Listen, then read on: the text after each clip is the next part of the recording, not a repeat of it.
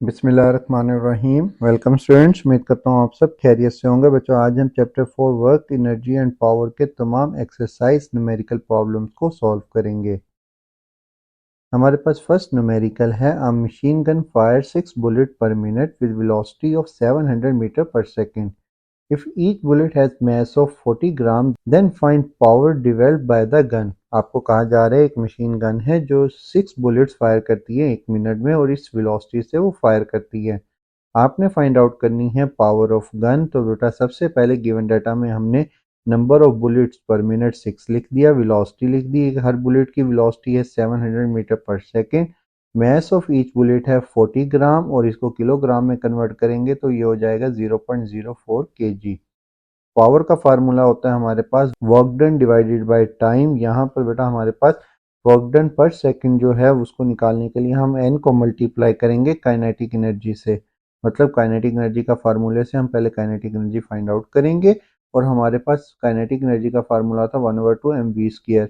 Bullet की kinetic energy आ गई हमारे पास 9800 जॉउल और 6 बुलेट्स थी। एक बुलेट की काइनेटिक एनर्जी ये थी, तो 6 बुलेट्स की काइनेटिक एनर्जी होगी हमारे पास 58,800 जॉउल पर मिनट। और यहाँ से बेटा हम इजीली पावर निकाल सकते हैं। पावर इक्वल थी energy divided by time. Total energy हमारे पास ये आई थी 6 बुलेट्स की और टोटल टाइम पर जब हम इसे डिवाइड करेंगे मतलब 60 सेकेंड्स में तो बेटा हमारे पास आ जाएगा 980 वाट और यही हमने फाइंड आउट करना था। नेक्स्ट है बच्चों हमारे पास 4.2 numerical, a family uses 10 kilowatt of power direct solar energy incident on the horizontal surface of an average rate of 300 watt per meter square। if 75% of this energy can be converted into a useful electrical energy, how large an area is needed to supply 10 kilowatt।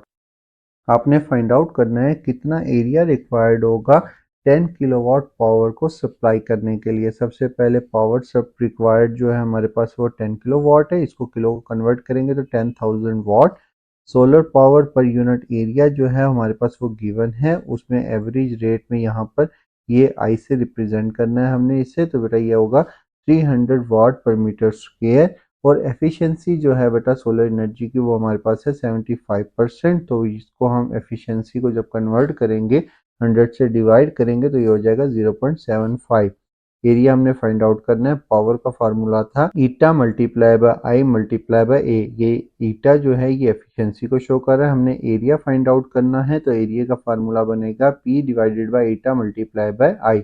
यहाँ पर इन तीनों की value हमारे पास given है, तीनों की values put करेंगे तो बेटा हमारे पास रिक्वायर्ड एरिया आएगा 44.44 मीटर स्क्वायर और यही हमारे पास रिक्वायर्ड आंसर था।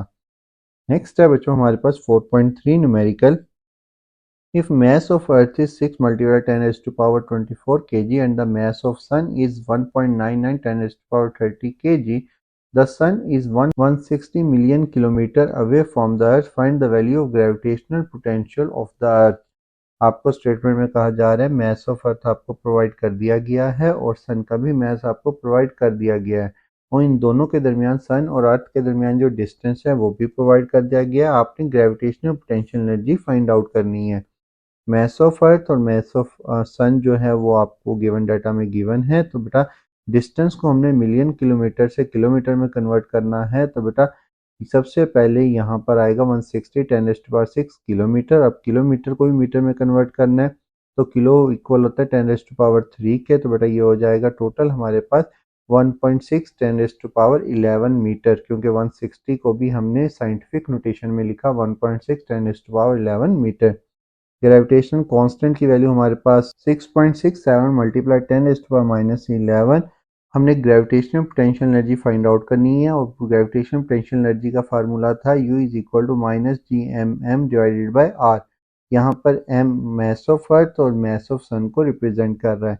ये सारी वैल्यूज हमारे पास गिवन है, जस्ट हमने वैल्यूज को इस फार्मूले में पुट करना है। तो बेटा वैल्यूज पुट करके हमारे पास ग्रेविटेशनल पोटेंशियल एनर्जी आएगी -4.98 10⁻33 जॉउल और यही हमारे पास रिक्वायर्ड आंसर था।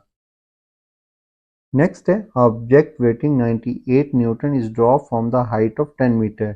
It's speed just before hitting the ground is 12 metre per second. What is the frictional force acting on it. Statement में आपको कहा जा रहा है एक ऑब्जेक्ट है जिसके ऊपर बेटा टोटल जो वेट है उसका ये है और उसको इतनी हाइट से हमने ड्रॉप किया है। उसकी स्पीड जो है बेटा ग्राउंड्स को हिट करने से पहले थी 12 मीटर पर सेकेंड। आपने फ्रिक्शनल फोर्स फाइंड आउट करनी है। अब फ्रिक्शनल फोर्स फाइंड आउट करने के लिए सबसे पहले गिवन डाटा हमारे पास वेट आ गया, height, final speed, acceleration due to gravity, क्योंकि उसकी जो स्पीड इंक्रीज हो रही है वो ग्रेविटेशनल फोर्स की वजह से हो रही है, तो 9.8 metre per second square frictional force हमने फाइंड आउट करनी है। बच्चों सिंपल वर्ड्स के अंदर हमारे पास जो पोटेंशियल एनर्जी होती है जब हम किसी चीज़ को किसी हाइट से ड्रॉप करते हैं उसकी पोटेंशियल एनर्जी दो चीज़ों में कन्वर्ट होती है, एक काइनेटिक एनर्जी में और एक work done by frictional force में। हमने फ्रिक्शनल फोर्स निकालनी है तो सबसे पहले बेटा हमारे पास दो चीज़ें हों, यानी पोटेंशियल एनर्जी और काइनेटिक एनर्जी। पोटेंशियल एनर्जी में से काइनेटिक एनर्जी को माइनस करेंगे तो हमारे पास easily work done by frictional force आ जाएगा। सबसे पहले हम मैस फाइंड आउट करेंगे वर्क डन वाले फार्मूले से। W is equal to M G होता है, M is equal to W divided by G. यहाँ से मैस आएगा बेटा हमारे पास 10 kg और फिर पोटेंशियल एनर्जी यानी कि वर्क डन बाय ग्रेविटी जो है वो पोटेंशियल एनर्जी के इक्वल था, तो यहाँ पर बेटा हमारे पास W is equal to M G H, जो यहाँ से बेटा हमारे पास पोटेंशियल एनर्जी और वर्क डन आ गया 980 जूल। और काइनेटिक एनर्जी निकालने के लिए 1/2 mv², 1/mv² में वैल्यूज पुट करेंगे मैस की, वेलोसिटी की, तो ये आ गई हमारे पास काइनेटिक एनर्जी। अब जो पोटेंशियल एनर्जी थी वो दो चीज़ों में कन्वर्ट हुई थी, एक काइनेटिक एनर्जी में और एक work done by frictional force में। तो फ्रिक्शनल फोर्स निकालने के लिए हम क्या करेंगे, work done by frictional force निकालने के लिए पोटेंशियल एनर्जी में से काइनेटिक एनर्जी को माइनस करेंगे, तो बच्चों ये आ गया वो work done by frictional force 660 joule. लेकिन स्टेटमेंट में आपको फ्रिक्शनल फोर्स कहा गया है, तो फ्रिक्शनल फोर्स के लिए बेटा वर्क का फार्मूला होता है W is equal to F dot D या एफ डॉट एच। यहाँ पर बेटा हम फोर्स निकालने के लिए वर्क डन पर हाइट को डिवाइड करेंगे, मतलब इस work done by frictional force को टोटल हाइट पर डिवाइड करेंगे तो हमारे पास फ्रिक्शनल फोर्स आ जाएगी 26 न्यूटन, और यही हमने फाइंड आउट करनी थी। नेक्स्ट है बच्चों हमारे पास 4.5 numerical. A 75 watt fan is used for 8 hours daily for 60 days. Find energy consumed in electrical units. Electricity bill if cost of 1 unit is 22.5। आपको स्टेटमेंट में कहा जा रहा है एक फैन है जो 8 घंटे डेली चलता है और 30 दिन का आपने हिसाब लगाना है कि कितनी एनर्जी कंज्यूम हुई है यूनिट्स में और कितना इलेक्ट्रिसिटी का बिल आएगा अगर एक यूनिट की प्राइस 22.5 हो। सबसे पहले गिवन डाटा में पावर ऑफ फैन हमने लिखी, टाइम पर डे यानी 8 घंटे वो डेली चलता है और टोटल डेज कितने हमारे पास 30 और कॉस्ट ऑफ 1 यूनिट है 22.5। एनर्जी कंज्यूम इन यूनिट और टोटल इलेक्ट्रिसिटी बिल हमने फाइंड आउट करना है। एनर्जी कंज्यूम्ड निकालने के लिए पावर को टोटल टाइम से मल्टीप्लाई करते हैं और 1000 से डिवाइड करते हैं। टोटल टाइम बेटा हमारे पास 8 घंटे था और 30 डेज थे, तो बेटा हमारे पास 8 को मल्टीप्लाई करेंगे 30 से, तो बेटा एक महीने में वो पंखा जो है 240 घंटे चलेगा। अब यहाँ पर बेटा हमारे पास टोटल टाइम आ गया, तो यहाँ पर पावर के साथ इसको मल्टीप्लाई करेंगे और 1000 से डिवाइड करेंगे। पावर थी हमारे पास 75, टोटल घंटे जो थे हमारे पास वो 240 थे और 1000 से डिवाइड करेंगे तो इलेक्ट्रिसिटी के जो यूनिट्स आएंगे वो हमारे पास आएंगे 18 यूनिट्स। अगर एक यूनिट जो है हमारे पास 22.5 का था तो बिल टोटल हमारे पास बनेगा 18 को इससे मल्टीप्लाई करने के बाद 405 रुपीज़ ओनली, और यही हमारे पास रिक्वायर्ड आंसर था। बच्चों हमारे पास नेक्स्ट न्यूमेरिकल है 4.6। If an object of mass 2 kg is thrown up from the ground, it reaches the height of 5 meter and fall back to the earth. Calculate work done by gravity when object reaches at 5 meter height. Work done by gravity when object come back to the earth. Total work done by gravity in upward and downward motion. Also mention the physical significance of the result. आपको कहा जा रहा है एक mess है 2 kg का, उसको हमने ऊपर की तरफ फेंका और 5 मीटर ऊपर जाने के बाद वो दोबारा ज़मीन पर आ गया। आपने तीन चीज़ें फाइंड आउट करनी है, वर्क डन जब वो ज़मीन से ऊपर की तरफ जा रहा था, दूसरी चीज़ हमने फाइंड आउट करनी है वर्क डन जब वो ऊपर से नीचे की तरफ आ रहा था, और तीसरी चीज़ हमने टोटल वर्क डन को फाइंड आउट करना है, मतलब दोनों वर्क डन को ऐड करना है। सबसे पहले हमने मैस लिखा 2 kg, हाइट गिवन डाटा में हमारे पास 5 metre, acceleration due to gravity 9.8 metre per second square. तीन वर्क डन फाइंड आउट करने हैं, work done by gravity upward, work done by gravity downward, और दोनों वर्क डन को ऐड करना है। सबसे पहले अपवर्ड जाते हुए जब चीज ऊपर की तरफ मूव करती है तो बेटा डिस्प्लेसमेंट और ग्रेविटेशनल फोर्स में एंगल जो है वो 180 बनेगा, जिसकी वजह से बेटा हमारे पास cos 180 -1 के इक्वल होगा। तो अपवर्ड मोशन में वर्क डन आ गया हमारे पास -98 जूल। इसी तरह डाउनवर्ड मोशन में ऑब्जेक्ट का डिस्प्लेसमेंट और ग्रेविटेशनल फोर्स की जो डायरेक्शन है वो डाउनवर्ड होगी, जिसकी वजह से हम कहेंगे work done is equal to mgh cos 0 1 के इक्वल होता है। तो बेटा डाउनवर्ड वर्क डन आ गया हमारे पास 98 जूल। अब इन दोनों वर्क डन को ऐड करेंगे total work done find out करने के लिए, तो टोटल वर्क डन हमारे पास इक्वल हो जाएगा 0 के। This show that gravity is conservative force. हमने कहा था जब वर्क डन क्लोज पाथ के अंदर वर्क डन जो है हमेशा 0 होगा तो वो फोर्स कंजर्वेटिव फोर्स कहलाएगी। नेक्स्ट है बच्चों हमारे पास 4.7 numerical. A electric motor of 1 horsepower is used to run a water pump. A water pump takes 15 minutes to fill a tank of 400 liters at a height of 10 meters. Find actual work done by electric motor to fill the tank. Percentage efficiency of motor. Assume that mass of 1 liter of water is 1 kg.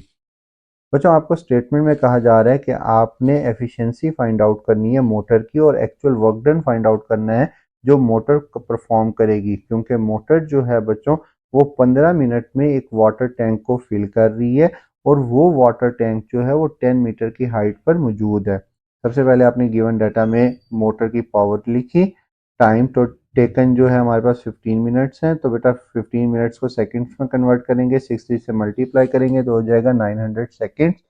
Volume of water जो है वो 400 litre है। Mass of water को हमने consider किया कि 1 litre जो है 1 केजी के इक्वल है, क्योंकि ये स्टेटमेंट में हमारे पास गिवन था, जबकि रियल में ऐसा नहीं होता, थोड़ा सा फर्क होता है इसमें।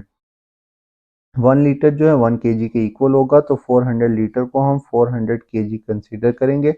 हाइट जो है वो 10 मीटर है। Acceleration due to gravity 9.8 metre per second square है।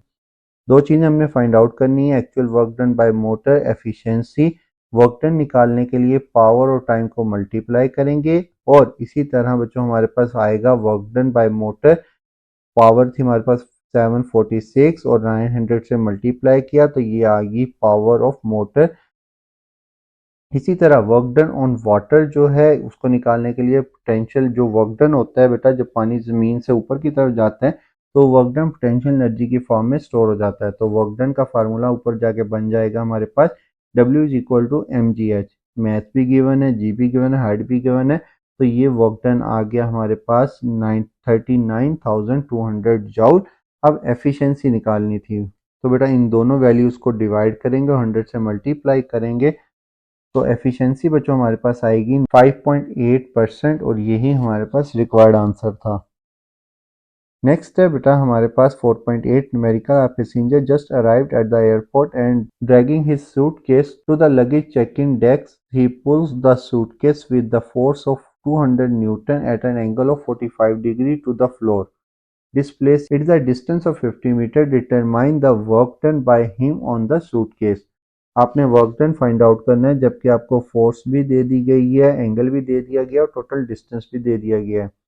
गिवन डाटा में सबसे पहले आपने फोर्स को लिखा, एंगल को लिखा, डिस्प्लेसमेंट, वर्क डन का फार्मूला था FD cos थीटा। यहाँ पर सिंपल वैल्यूज पुट करेंगे तो बेटा हमारे पास आंसर आएगा 7070 जूल और यही हमारे पास रिक्वायर्ड आंसर था।